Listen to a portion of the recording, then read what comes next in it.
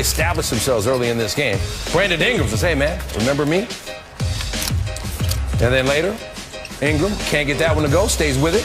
17 points in the first half. He shot 8 of 9 from the floor. Pelicans up 8. They led by as many as 15 in the first half. But then LeBron James distributing.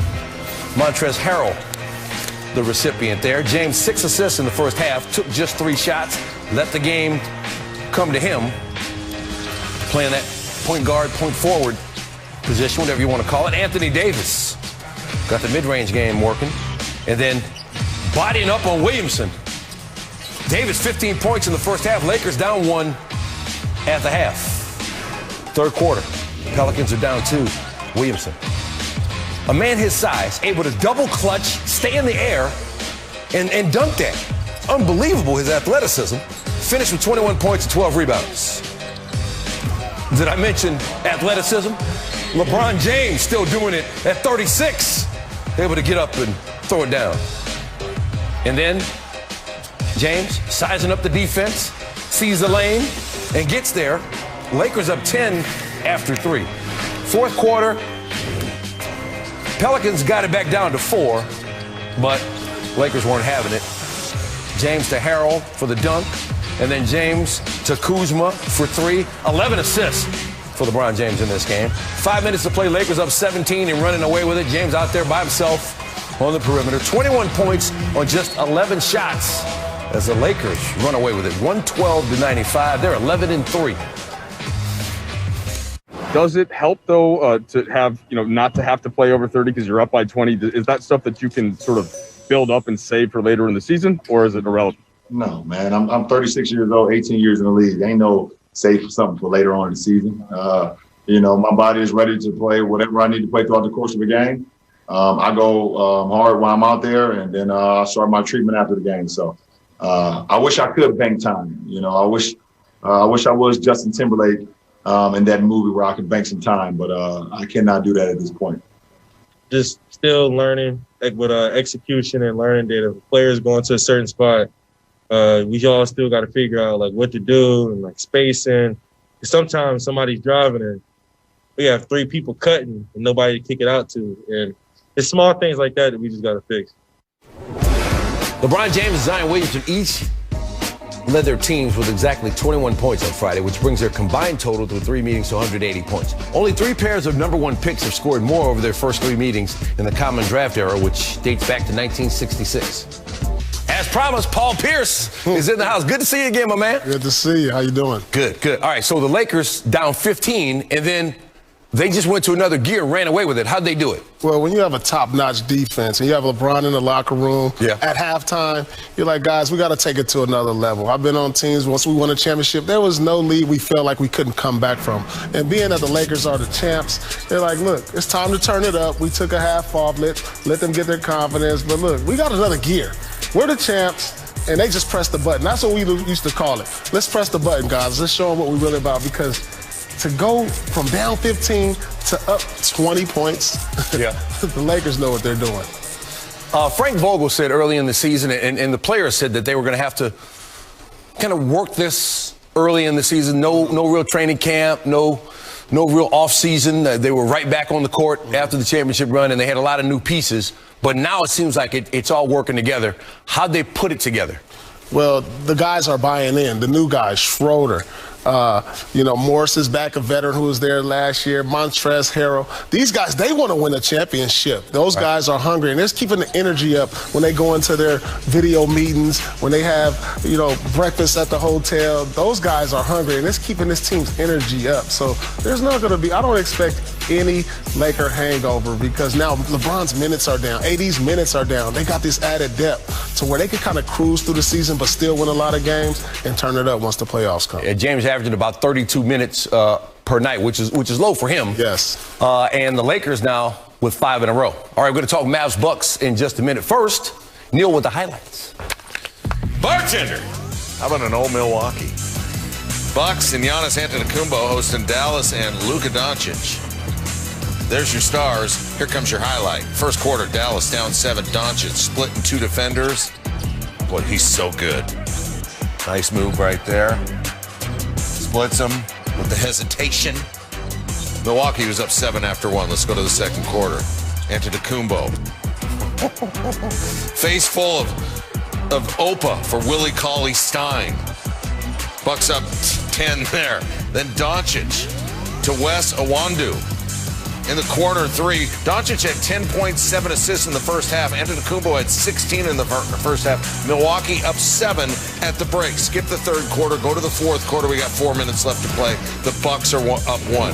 Antetokounmpo pulls up for the three. He was 2 of 5 from 3. He was 1 of 10 from the free throw line. Come on, man. Ensuing Mavs possession, Doncic averaging a triple-double over his last 6 games. He was a rebound shy of that in this one.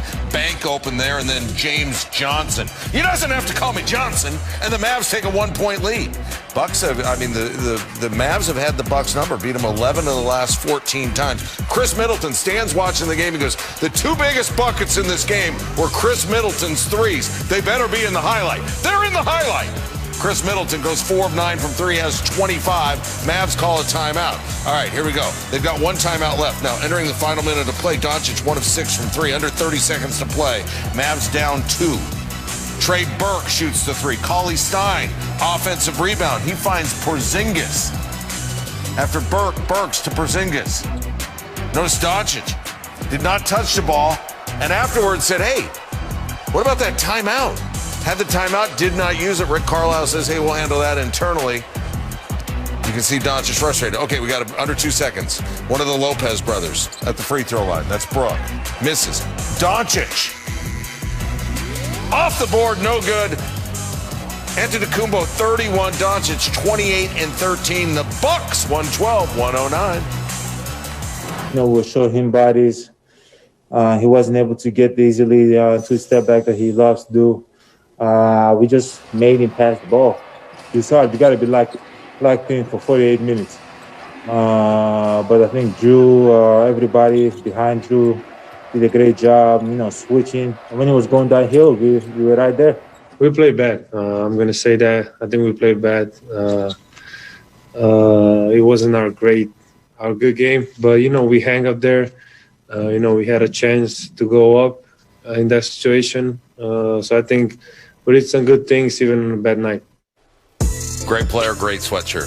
Entering Friday's game, the Bucks had outscored opponents by over 11 points per game and had played just 1 clutch time game. Their 3-point win over the Mavs is their first clutch time win of the season, becoming the last team in the league to win a game in clutch time this season. Clutch time is their new word.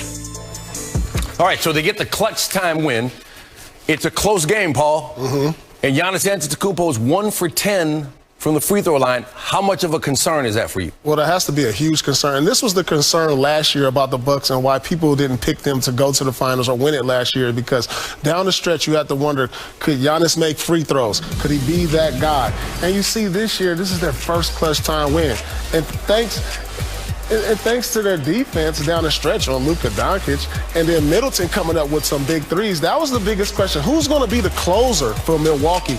Middleton showed that tonight, but we all know that the ball is going to be in their best player's hands, and can he deliver? And if you can't make free throws and you can't knock down shots, open shots or three-pointers, that's going to be a big concern come playoff time for your best player. There he is, working it out. 72% for his career, but his numbers have been dropping at the free throw line over the last 5 years. He's still an MVP-type player, though. Luka Doncic picked by a lot of critics NBA analysts as the MVP frontrunner this season. You still going with that? Well, he's well on his way, as you see the numbers tonight. Close to averaging a triple-double. If he can get a few more wins toward the end of the year to where you got the Dallas Mavericks sitting in the top 4 position, then yes, because the numbers are going to be there for him. But to the victor goes the spoils. And we all know if you don't win a lot of games, then you won't get that MVP trophy. It may end up in the hands of LeBron with the Lakers being in first place. Yep. But we'll see. Doncic does a lot of things and does a lot of things well. Absolutely. He's fun to watch, man. I enjoy watching him every night. It's good to see Porzingis back also. He should give them a big lift. Good to see you, too. It's the truth and nothing but the truth. There's a restaurant next door to our studio here called Shaquille's or Shaquile's, as my wife put it. She's not a huge sports fan. Shaq's beloved by Laker Nation. Rings do that, so the restaurant a block from where the Lakers play makes sense. Now, James Harden opening a restaurant in Houston. That's a tougher one to swallow. The steakhouse is named 13, Harden's number with the Rockets. Except now he's wearing 13 for the Nets. 13, the Chop House, is scheduled to open this month. It's getting reviews already, and one comment reads, doesn't quite have that championship taste. Will 13 deliver? After the bubble, after that loss, just wanted to reevaluate my career and the team and the direction that the organization was going. And, you know, as time went on and free agency and things like that started to go on, it was like, well, I felt like we didn't have a chance, you know. And so I think at the point in my career, it's not about money. It's not about anything else but having a chance at reaching the ultimate goal is, you know, is to winning at the highest level. From your post-game comments after the Lakers lost to what your teammates were saying about you as far as being disrespectful, it got pretty ugly at the end of your tenure in Houston. Is there any part of you that regrets the way that it ended? I wasn't disrespectful to anyone. Those guys had just got there, Houston. I've been there for a very long time. I've been through all the ups and downs, you know, with that organization.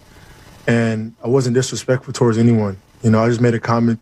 You know, so there were some things I felt like out of my character, but the ultimate goal was to get somewhere, you know, where I can compete. And here I am in Brooklyn. You know, I have nothing but love and respect for that organization, that city, and everything that they've done for me and my family. And it's not a guarantee that me coming to Brooklyn is, you know, guaranteeing the title. But I think for me, giving myself a chance is very, very important. And I mean, you just look at this entire roster, and it's built for any style of basketball you want. And then the coaching staff, who, you know, knows the game of basketball at a high level. You just add that all together, and it's like that's a legit chance right there. It was a no-brainer for me. All right, so after all, we couldn't let Paul go without talking about this. Okay, so now you got James Harden added to a team with Kyrie Irving, we think, and Kevin Durant, all ball-dominant players. Yeah. Let's talk about on the court first. How's this going to work? Well, it's going to have to be some type of sacrifice. Who's going to be able to not have the ball in their hands when they're used to having it in their hands most of the time? And if these players are true to themselves and they say to each other, we want to win a championship, then you're going to have to take the sacrifice, which means we're not going to see all these isolation plays that we're used to seeing from James Harden in Houston. We're not going to see Kyrie dribble the ball 24 seconds until he can get a shot. This is Durant's team. And everything has to go through Durant. And if they can understand that, this team has a great chance. But listen, who doesn't want this trio on the court? Because they have all the ingredients. And one of the main ingredients to win a championship is you have to have a top 5 player. If you look at it every year. Yeah. And they have 2 of them. Okay, so you say it's Durant's team, okay? That's Durant's team. On the floor, okay? So now we get to the locker room. And these are some complex personalities that we have, all 3 of them. How does that work? Well, you said Steve Nash has the toughest job in North American pro sports? Steve Nash has the toughest coaching job in sports because not only does he have to probably redesign this offense, he has to manage egos. He has to make sure everybody's happy. And now the pressure's on. Yeah. It's championship or bust in Brooklyn. And it's his first year. Hey, as a coach. It's his first year. And so that's why I feel like he has the toughest job, because you got a guy with no coaching experience, coaching 2 of the top 5 players in the league. Kyrie is arguably top 10. And so there's a lot of pressure there in Brooklyn to win a championship. If you had to guess right now, I put you on the spot, how far do they go? I believe this team can get to the finals. There's no excuse. You got Durant. Wherever Durant goes, you have finals